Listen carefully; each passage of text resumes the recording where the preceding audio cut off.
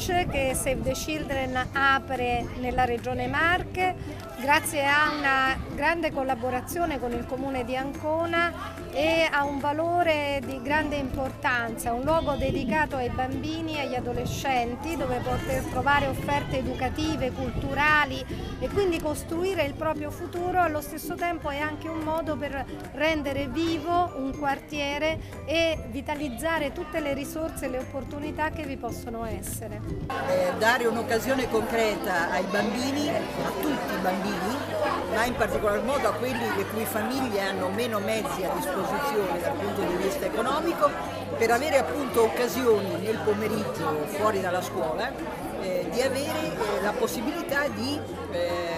frequentare corsi di musica,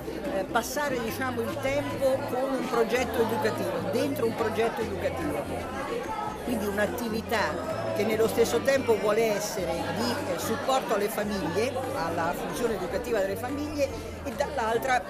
un'occasione di crescita per i bambini. Quindi collaborazione comune Save the Children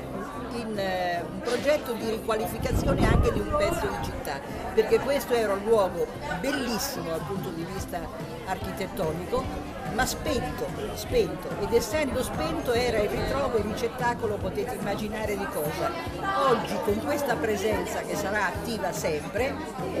questo luogo diventa nuovamente illuminato. E per quanto le Marche sicuramente non siano una delle regioni più svantaggiate d'Italia, tuttavia anche in questa regione quasi la metà dei bambini per esempio non ha opportunità di frequentare attività extrascolastiche di qualità e c'è anche un certo grado di povertà relativa diffusa e quindi è indispensabile fare in modo che tutti i bambini anche nelle Marche abbiano pari opportunità di accesso a tutte le offerte educative disponibili. Per questo motivo il centro ovviamente garantisce opportunità gratuite a tutti i bambini che ne vorranno usufruire.